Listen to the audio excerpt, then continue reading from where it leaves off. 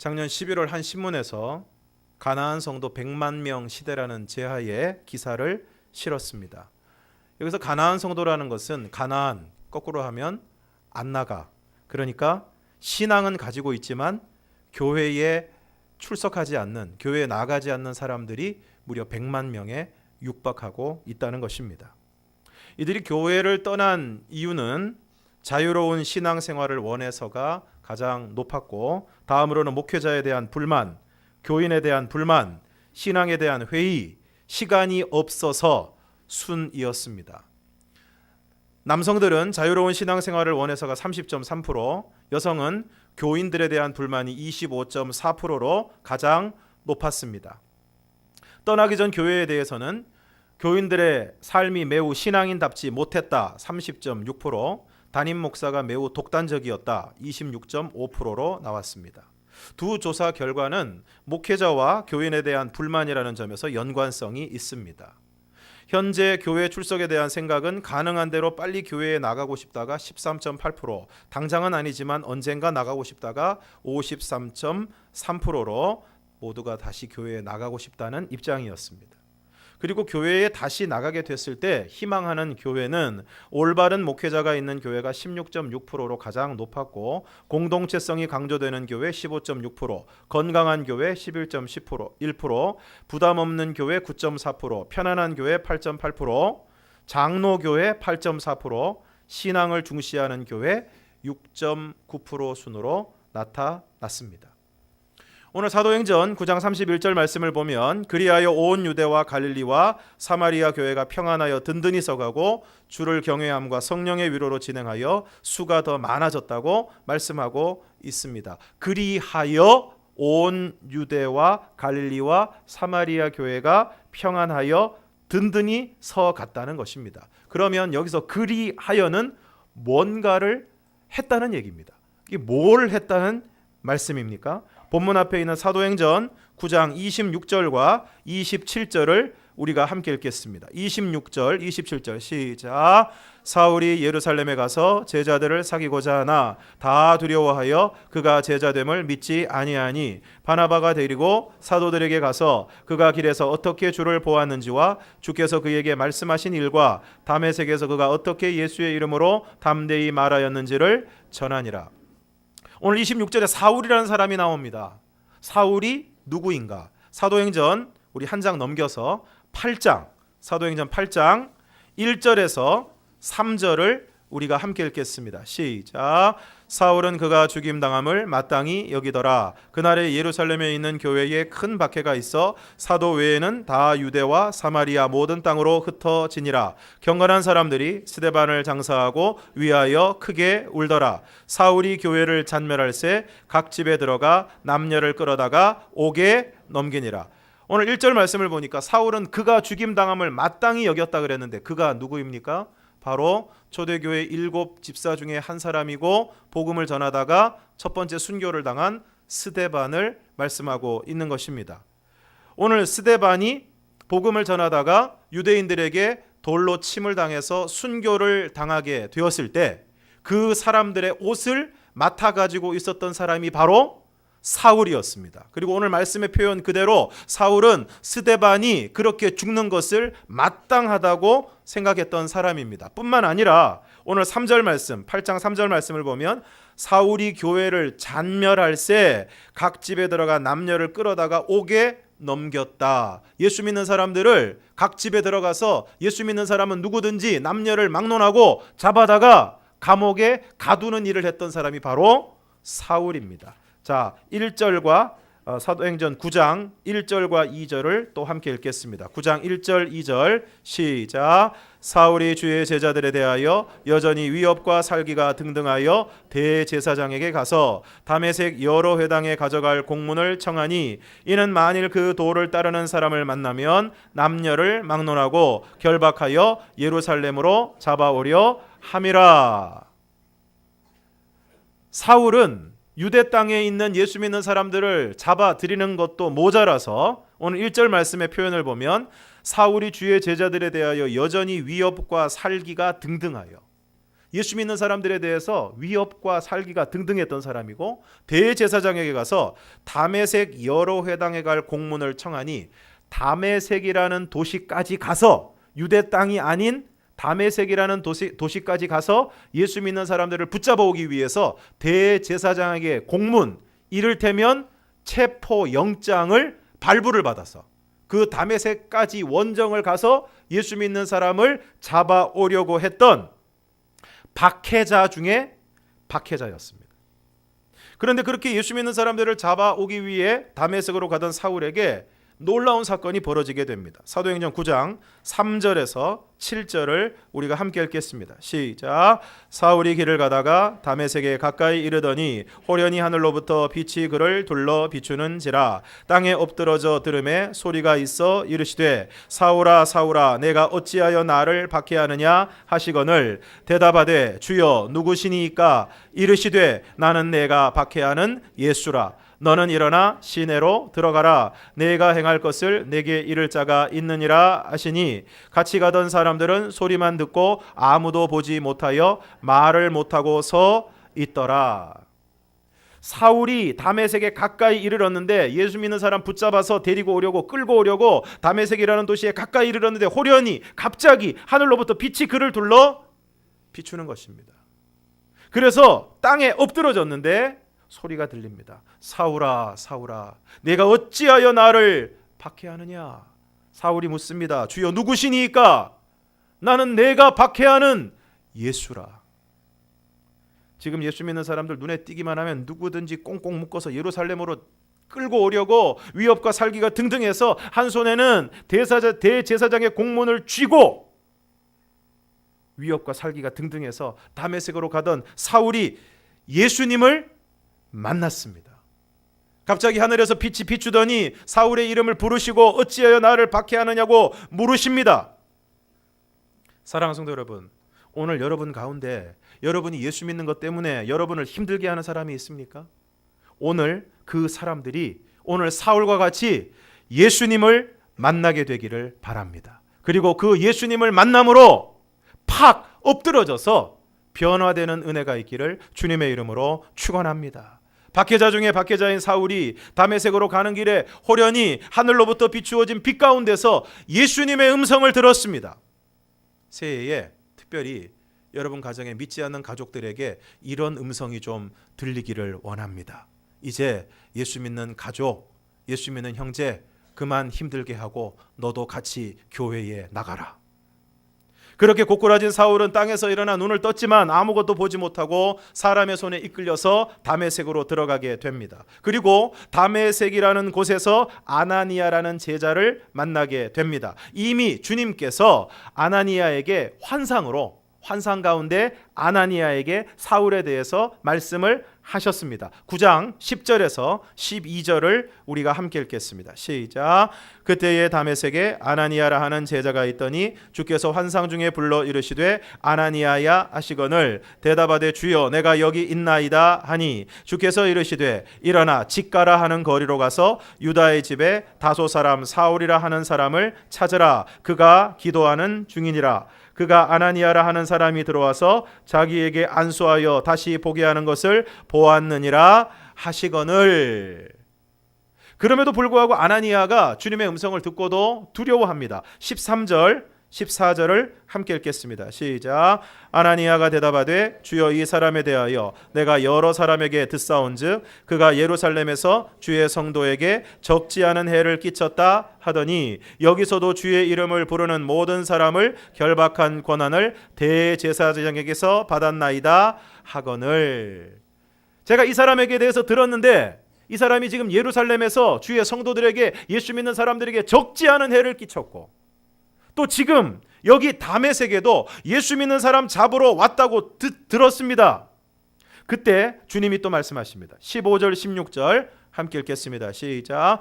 주께서 이르시되 가라 이 사람은 내 이름을 이방인과 임금들과 이스라엘 자손들에게 전하기 위하여 택한 나의 그릇이라. 그가 내 이름을 위하여 얼마나 고난을 받아야 할 것을 내가 그에게 보이리라 하시니. 이에 아나니아가 순종합니다. 17절 18절 시작. 아나니아가 떠나 그 집에 들어가서 그에게 안수하여 이르되 형제 사울아, 주 곧 내가 오는 길에서 나타나셨던 예수께서 나를 보내어 너로 다시 보게 하시고 성령으로 충만하게 하신다 하니 즉시 사울의 눈에서 비늘 같은 것이 벗어져 다시 보게 된지라. 일어나 세례를 받고. 아나니아가 그 집에 들어가서 사울에게 안수를 합니다. 안수를 하면서 형제 사울아, 주 곧 내가 오는 길에서 나타나셨던 예수께서 나를 보내어 너로 다시 보게 하시고 성령으로 충만하게 하신다. 그랬더니 사울의 눈에서 비늘 같은 것이 벗어져서 다시 보게 되었고 일어나서 세례를 받았다는 것입니다. 여기서 세례를 받았다는 것은 박해자였던 사울이 예수를 믿게 되었다는 것입니다. 박해자였던 사울이 예수 믿는 사람 잡으러 가던 길에서 전격적으로 예수님을 만나고 그 예수님을 만남으로 예수를 믿게 되었다는 것입니다. 사랑하는 성도 여러분, 오늘 여러분들 주위에 믿지 않는 사람들, 특별히 예수 믿는 것 때문에 우리를 힘들게 하는 사람들에게 이와 같은 역사가 일어나기를 주님의 이름으로 축원합니다. 그들이 예수님을 만나고 예수님을 믿고 일어나 세례를 받는 이와 같은 놀라운 은혜의 역사가 올 한 해 우리들의 삶 가운데, 오늘 우리 주변 가운데서 나타날 수 있기를 주님의 이름으로 축원합니다. 그리고 어떤 일이 일어납니까? 19절에서 22절을 함께 읽겠습니다. 시작. 음식을 먹음에 강건하여 지니라. 사울이 다메섹에 있는 제자들과 함께 며칠 있을새 즉시로 각 회당에서 예수가 하나님의 아들이심을 전파하니 듣는 사람이 다 놀라 말하되 이 사람이 예루살렘에서 이 이름을 부르는 사람을 멸하려던 자가 아니냐. 여기 온 것도 그들을 결박하여 대제사장들에게 끌어가고자 함이 아니냐 하더라. 사울은 힘을 더 얻어 예수를 그리스도라 증언하여 다메섹에 사는 유대인들을 당혹하게 하니라. 오늘 20절 말씀을 보니까 즉시로 예수 믿는 사람 잡으러 가다가 예수님 만나고 그리고 안수를 받고 눈이 떠지고 그리고 세례를 받고 그 즉시로 회당에서 예수가 하나님의 아들이심을 전파했다. 이걸 보면 사울은 진짜 화끈한 사람이고 열심히 대단한 사람입니다.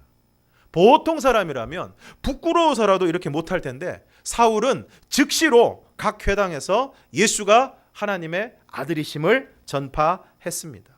사람들이 놀라는 것은 당연합니다. 어제까지 예수 믿는 사람 붙잡으러 다니고 예수 믿는 사람에 대해서 그렇게 위협과 살기가 등등했던 사람이 갑자기 나타나서 예수 믿는 사람 잡으러 온 줄 알고 전부 다 경계하고 있는데 그 자리에서 예수가 하나님의 아들이십니다 라고 외치고 있으니 사람들이 당혹하는 것은 당연한 것입니다. 그런데 사울이 얼마나 대단한 박해자였는가 하면 그렇게 변화된 사울이 이제 예루살렘에 가서 제자들, 그 예루살렘에서 예수 믿고 있는 사람들과 더불어서 사귀고자 했는데 다 두려워하여 그의 제자됨을 믿지 않았다는 것입니다. 그때 아주 교회 안에서 아주 신실하고 덕망이 높은 바나바라는 사람이 있었는데 그 바나바가 사울을 데리고 사도들에게 가서 그가 길에서 어떻게 예수님을 만났고 예수님께서 사울에게 뭐라고 말씀하셨는지 그가 다메섹에서 전도한 일에 대해서 이야기를 해 주었습니다. 그제야 사울이 제자들과 함께 있어 예루살렘에 출입하게 되었다. 그리하여 온 유대와 갈릴리와 사마리아 교회가 평안하여 든든히 서게 되었다고 말씀하고 있습니다. 그러므로 오늘 온 유대와 갈릴리와 사마리아 교회가 평안하여 든든히 서게 된 것은 바로 사울이 예수님을 만나고 박해자 사울이 전도자 바울이 되었기 때문입니다. 이것을 우리는 회심이라고 부릅니다. 회심이라는 것은 돌이킬 회자의 마음 심자입니다. 마음을 돌이켰다는 것입니다. 예수 믿는 사람을 박해하던 마음을 돌이켜서 예수님을 전하는 사람이 된 것입니다. 사울이 교회를 잔멸하고 각 집에 들어가 남녀를 끌어다가 옥에 넘길 때 교회는 결코 평안할 수 없었습니다. 믿지 않는 남편이, 믿지 않는 아내가 신앙을 받아들이지 못하고 주일날 교회 가는 것을 부담스러워할 때 그 가정은 온전한 평안을 누리지 못할 것입니다. 그런데 사울이 회심하게 되었을 때, 박해자 사울이 전도자가 되었을 때, 사울 때문에 두려워하고 떨고 있었던 사람들이, 그리고 교회가 평안하게 되었고 든든히 서게 되었습니다. 사랑하는 성도 여러분, 오늘 저와 여러분 주위에 믿지 않는 사람들에게 이와 같은 회심의 역사가 일어나기를 주님의 이름으로 축원합니다. 믿지 않는 가족들에게, 믿지 않는 친척들에게, 믿지 않는 이웃과 친구들에게 이와 같은 회심의 역사가 일어나기를 바랍니다. 그런데 오늘 사울이 어떻게 회심하게 되었습니까? 다메섹으로 가는 중에 예수님을 만났습니다. 요한복음 4장에서 사마리아 여인은 우물에 물을 길러 나왔다가 예수님을 만났습니다. 누가복음 19장에서 삭개오는 예수님을 보려고 그냥 예수님이 어떤 분인가 한번 보려고 나무 위에 올라갔다가 예수님이 멈추어 서서 삭개오를 주목하시고 삭개오와 대화를 하시고 그냥 예수님이 어떤 분이신가 얼굴만 한번 보려고 했는데, 오늘 내가 내 집에 유하여야 하겠다. 예수님과 전격적으로 만나게 되고 예수님과 교제하게 되었습니다. 그리고 중요한 것은 예수님을 만난 모든 사람은 다 변했습니다. 예수님을 만난 모든 사람은 변했습니다. 예수님을 만난 사울은 전도자가 되었고, 예수님을 만난 사마리아 여인 역시 물들어 나왔다가 물동이 버려두고 동네로 들어가서 내가 메시아를 만났다고 외쳤습니다. 돈밖에 모르고 돈을 축적하는 것에만, 돈을 쌓아두는 것에만 관심이 있었던 여리고의 세리장이었던 삭개오는 예수님 만나고 난 다음에 자신의 목숨보다 귀하게 여겼던, 한 푼이라도 손에 나기를 원하지 않았던 자신의 재산의 절반을 잘라서 가난한 사람들에게 주겠습니다. 그리고 제가 세리로 다른 사람 세금 징수하면서 누구에게든지 속여서 빼앗은 것이 있으면 4배 갚겠습니다. 4배. 예수님을 만난 모든 사람은 다 변화되었습니다. 사랑하는 성도 여러분, 오늘 저와 여러분이 올 한 해 새롭게 하나님께서 허락해 주신 기회인 2016년에 무엇보다도 저와 여러분이 다시 한번 뜨겁게 예수님을 만나는 역사가 있기를 주님의 이름으로 축원합니다. 예수님을 만나면 변화됩니다. 진정한 평안이 일어나기 위해서는 회심의 역사가 일어나야 됩니다. 박해하던 사람이 믿는 사람이 되어야 하고, 불만이 많던 사람이 감사하는 사람이 되어야 되고, 관계를 불편하게 하던 사람이 화목하게 하는 사람이 되어야 되고, 참지 못하던 사람이 참게 되고, 말에 실수가 많았던 사람들이 침묵하게 되고, 말에 덕을 세우는 회심의 역사, 변화의 역사가 일어나야 하는 것입니다. 그리고 이렇게 되기 위해서는 예수님을 만나야 합니다. 어떻게 만날 수 있을까요? 예레미야 29장 13절을 함께 읽겠습니다. 시작.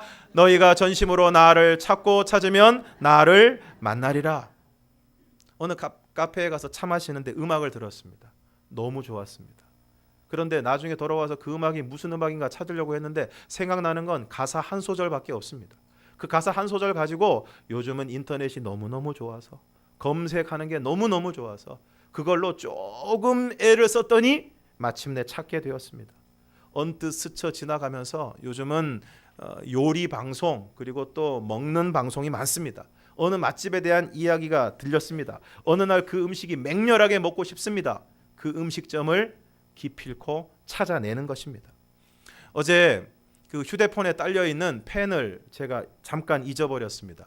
막내가 쓰다가 침대에서 뭘 하다가 그 펜이 침대 위에 있는 걸 제가 분명히 봤는데 그때 챙겼어야 되는데 챙기지 못한 것이 실수였습니다. 온 침대를 다 뒤집었습니다. 그때까지 제가 집에서 저희 안방에 침구를 정리하거나 이불을 개본 기억이 별로 없습니다. 그런데 그 펜 찾으려고 매트리스 바닥까지 다 뒤집었습니다. 결국 애먼 곳에서 어이없이 찾았지만 찾으면 찾으리라 하는 말씀은 진리입니다.